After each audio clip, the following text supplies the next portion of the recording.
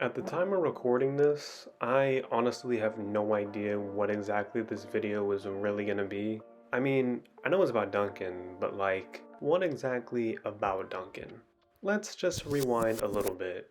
A little while ago, I uploaded a video on the top 5 best plotlines in total drama, but I only looked at the latter 3 seasons of the show, so Revenge of the Island, All Stars, and Bakatu Island. At the end of that video, I stated that I had a couple of things on my list that I had to bump off in order to finalize the top 5. One of those was Duncan's storyline in All Stars. For those who don't know or can't tell, even despite my current profile picture, Duncan is my favorite total drama character of all time.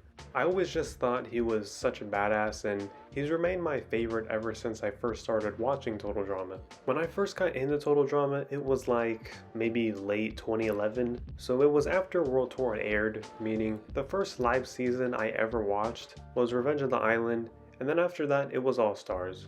I was hyped to watch All Stars because of the original characters coming back, and of course, that included Duncan. However, what happened in All Stars with Duncan was something I absolutely detested as a kid. To give you a bit of a refresher, in All Stars, Duncan was placed on the villainous Vultures, which made sense given how he was a bully and of course, the events of World Tour revolving around himself, Gwen, and Courtney. No question he was a villain. But in episode 3 of the season, Saving Private Leechball, after Duncan sacrifices himself for Gwen in the challenge, he is swapped with Courtney over to the Heroic Hamsters because it was such a heroic deed. Until the teams merged in episode 8, Duncan remained as a hero. Despite the fact that he was making Gwen uncomfortable by constantly being curious if Courtney was thinking about him or saying anything about him.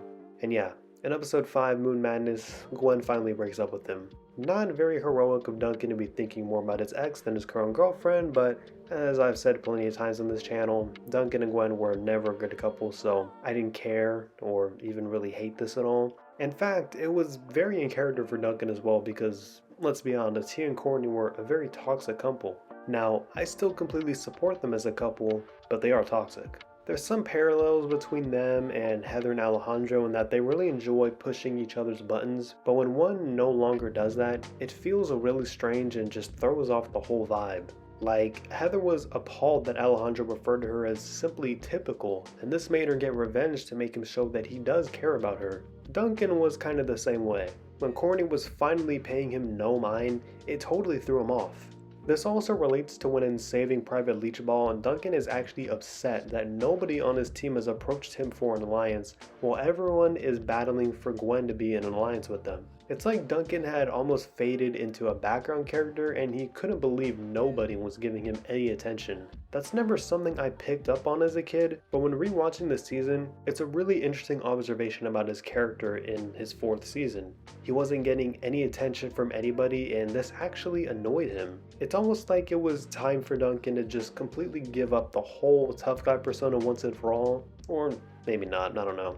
It just seemed like everyone was pretty over him, and that was tough to deal with, but after what had happened the season prior where he quit, got really messy with the love triangle, and still made it pretty far, it seems logical why not many of the cast would want to give him any more attention. Alright, to be honest, I have no idea where I'm going with this, just bear with me. So, Duncan is now a hero in All Stars. This is the beginning of a plotline that, as I said, I detested as a kid and just couldn't believe. The first episode of him as a hero shows the very early signs of the tough guy persona evaporating, and the nice guy everyone knows is there starting to come out. I mean, Duncan secretly enjoyed the party that the Heroic Hamsters threw for him, and he enjoyed the cake a lot. He blew a kiss to Gwen mid-challenge, which he admitted is not something he ever did, and he even rooted for his pathetic teammate in Sam, but quickly tried to play it off. Yeah, these are all pretty harmless, but Duncan was only going to get much more soft from here. Episode 6, No One Expects the Spanish Opposition, is when this goes up a full notch. First off, Duncan accepts an apple from Zoe, which he immediately seems to regret after she says it's a sign of him being trusting of his heroic teammates. Then he thinks the hero's attitudes rubbing off on him is what made Gwen dump him, and then he can't even stab his knife into the confessional wall. It was broken by Mal, but still. Then, before the challenge on Boney Island starts, Duncan tries to act like he doesn't care about Scott who just fell on the ground. Duncan then picks him up and just can't believe he would do such a thing. This also is after insulting Scott in a confessional in the previous episode, but in a confessional right after this, Duncan says the following. Ah, goshy gosh, poopy face, fuzzy slipper! Oh, what is wrong with me? Even my swears are lame. Yeah, it's getting really bad now. He's now quote-unquote swearing like a child. Duncan keeps trying to act tough throughout the challenge, even trying to suck up to Alejandro in a failed effort as Alejandro reads him like a book. Then, the biggest moment for Duncan comes up. He finds an egg and brags about how he had to fight some gigantic monster in order to get the egg, but Chris quickly exposes Duncan by showing footage of Duncan taking the egg from a bird. The footage also contains the bird and Duncan crying together, which prompts Chris to want to invite Duncan back for a Sweethearts versus Bigger Sweetheart season. Duncan isn't necessarily mad about being called a sweetheart, but a bigger sweetheart is what really annoys him. That just goes to show that the mask of his tough guy persona is slipping very quickly if he knows he can be considered just a sweetheart. Now, this moment of him crying with the bird actually ties into another moment on the season that then ties into Duncan's entire character. Trust me on that one, alright? In the next episode, Suckers Punched, Zoe calls Duncan thoughtful and considerate for warning her about Mal. You Zoe and Duncan shippers are sick in the head, by the way, I hope you know that. Anyways, onto the main part of this episode I wanted to get at, the boxing challenge. The totally not rigged and randomized wheel had been selecting obvious opponents for each contestant, and it was about to get real sweet for Duncan. Duncan was excited because this was his chance to show that he's still tough and bad, but his opponent is none other than the same bird he cried with in the previous moment. Duncan tries stalling, but he just can't find it within himself to want to physically harm the bird. As he said himself, how could he fight something so helpless and weak? He finally accepts defeat and gives up trying, which is pretty huge for Duncan. But I wanted to highlight this moment and his first moment with this bird because I think this speaks to a big part of Duncan's character. This was genuinely the main reason why I was even considering putting this plotline in my top 5 plotlines video, but I just didn't. So Duncan refers to the bird as helpless and weak, which is why he can't bring himself to attack it. I find this interesting because we've seen Duncan constantly bully and attack someone like Harold, and no offense to Harold, but he's pretty helpless and weak himself, especially in the eyes of Duncan. But what's so different about this bird? Well, I'll tell you. Animals. Animals are Duncan's weakness. Let me explain. Let's go all the way back to Total Drama Island. Remember when Jeff accidentally got DJ's new pet bunny killed? Yeah, so after that, Duncan found a new pet bunny for DJ so he wouldn't keep going through that heartbreak of losing his pet he became attached to.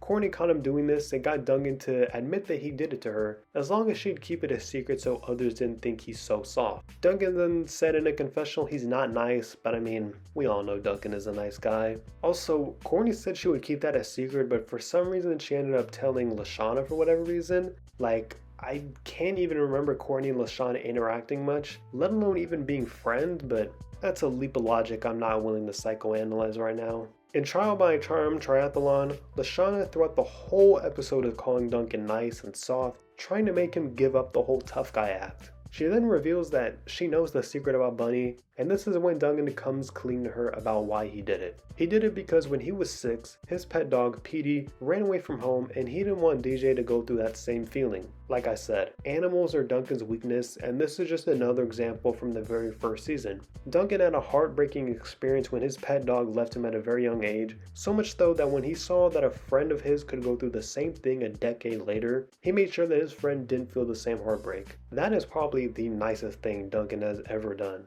In Total Drama Action, we get introduced to another pet of Duncan's. This time it's Scruffy the Tarantula. Duncan is very affectionate with Scruffy, which kinda weirds out some of the others, especially Courtney, as she doesn't take kindly to playing second fiddle to Scruffy. But it's clear that Scruffy means a lot to Duncan, so it's no shock that he's sad and pissed when Scruffy gets killed in the vomit comment after being crushed by Harold's back. Although he is relieved in a way because he doesn't have to worry in his sleep about being killed anymore, but Scruffy was still an important part of Duncan's life seemingly. There's also that moment in Top Dog when Duncan wants to train the chameleon in tribute to Scruffy, and Duncan calls Scruffy reptilian, so Owen tries to correct him, but this only makes Duncan very defensive over his former pet, and it makes complete sense to me. He was still dealing with the loss of his pet and wasn't cool with anyone's comments about Scruffy.